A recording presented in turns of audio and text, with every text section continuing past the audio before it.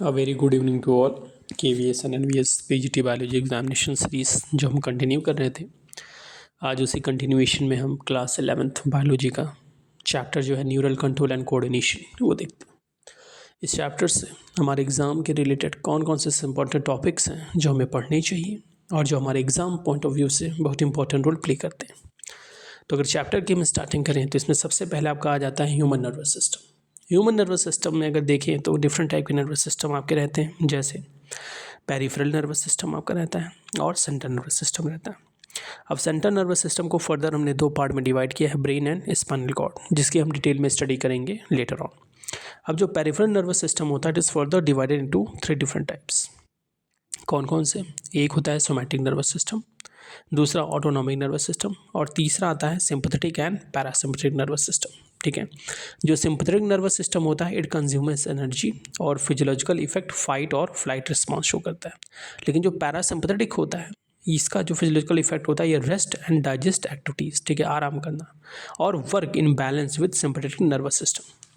तो ये इतने टाइप के आपके हमें नर्वस सिस्टम होते हैं जो हमारी बॉडी के अंदर प्रेजेंट रहते हैं। आइए आते हैं फर्स्ट पार्ट पे जो है न्यूरॉन।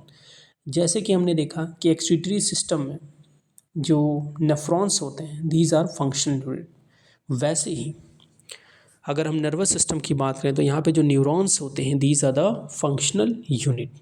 ठीक है, वो फंक्शनल यूनिट रहते हैं और वही काम करते हैं।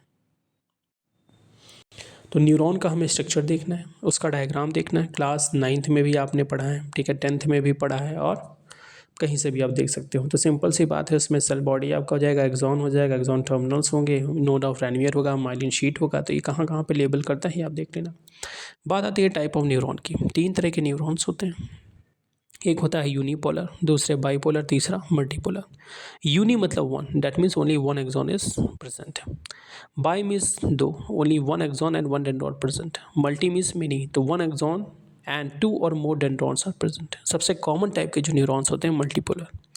अब बात करेंगे यूनिपोलर न्यूरॉन्स कहाँ पे प्रेजेंट हैं, they are found usually in embryo. Bipolar neurons जो होते हैं वो रेटिना आई में प्रेजेंट रहते हैं। Multipolar neurons they are present in cerebral cortex. अब नर्व फाइबर अगर देखें तो दो तरह के होते हैं इसके बेसिस पे, माइलिनेटेड एक्सॉन और नॉन। जो माइलिन शीट होती है एक्ट एज इंसुलेटर, जिसकी वजह से जो हमारे नर्व इम्पल्स कंडक्शन होता है ये जंपिंग मैकेनिज्म से होता है और बड़ा ही क्विक होता है। तो जो माइलिनेटेड एक्सॉन्स होते हैं they are enveloped with Schwann cells and form the myelin sheath around the axon. लेकिन जो नॉन माइलिनेटेड होते हैं, Schwann cells present but no myelin sheath. अगर हम माइलिनेटेड एक्सॉन की बात करें they are found in spinal and cranial nerves, but non myelinated जो होते हैं they are found in autonomous and somatic nervous system. फिर आपका आ जाता है generation and conduction of nerve impulse. ठीक है, कि कैसे नर्व इम्पल्स जनरेट होती है, कैसे वो कंडक्ट होती है। तो इसमें सोडियम पोटेशियम पंप आपका आ जाता है, वो आपको देखना पड़ेगा कैसे ये एक्टिविटी काम करती है, कैसे नर्व इम्पल्स कंडक्ट होती है। तो इसमें आपको रेस्टिंग मेम्ब्रेन पोटेंशियल के बारे में जानना पड़ेगा, डीपोलराइजेशन का जो मैकेनिज्म होता है वो जानना पड़ेगा और जो रीपोलराइजेशन होता है उसके बारे में जानना पड़ेगा। फिर आपका आ जाता है सिनैप्स। ठीक है, इंपॉर्टेंट पार्ट है, थोड़ा आप समझ लेंगे तो आसानी रहेगी। फिर इसमें आ जाता है हमारा सिनैप्स। सिनैप्स क्या है, this is basically a junction with the two different neurons join. ठीक है, जंक्शन वाला एरिया होता है area of functional contact between one neuron and another for the purpose of transferring the information.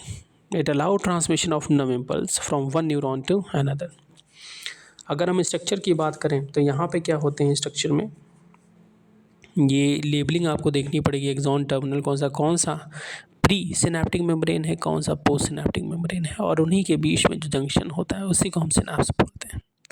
फिर यहाँ पे सिनैप्स भी दो टाइप के, एक होते हैं केमिकल, दूसरे होते हैं इलेक्ट्रिकल। केमिकल वाले केस में केमिकल यूज़ होंगे जिनको न्यूरोट्रांसमीटर बोला जाएगा। इलेक्ट्रिकल वाले केस में अगर देखें तो डायरेक्टली ट्रांसमिट हो जाता है। ठीक है,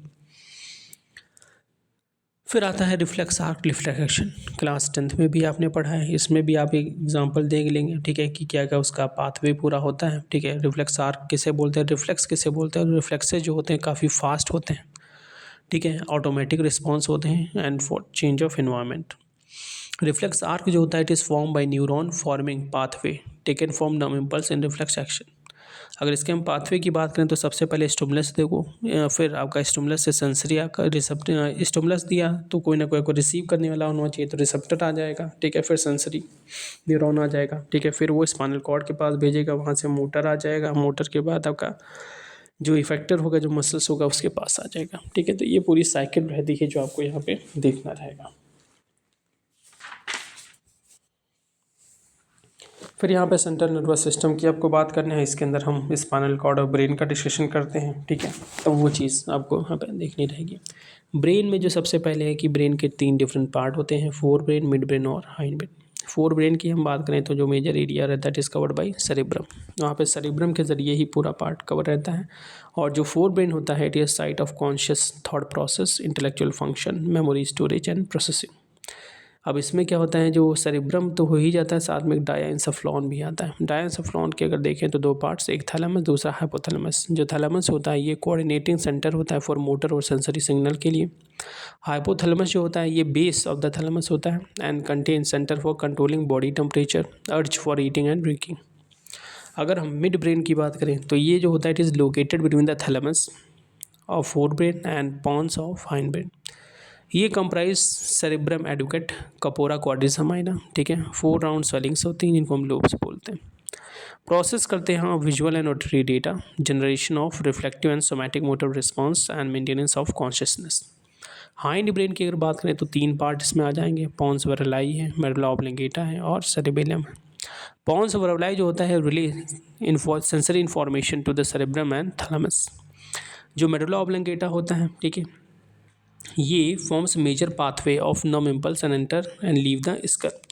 जो ऑटोनॉमिक सेंटर होता है for regulation on function such as cardiovascular, respiratory and digestive. Cerebellum का फंक्शन एक बहुत बार हो रहा है control and coordination of body posture. यही आपसे हर बार क्वेश्चन पूछ लेता है कि अगर कोई अल्कोहलिक पर्सन है, he walks clumsily and why, because it cerebellum is affected, ठीक है, क्योंकि सेरिबेलम का ही फंक्शन आपका होता है कंट्रोल एंड कोऑर्डिनेशन का, तो वही चीज़ नहीं हो पाती।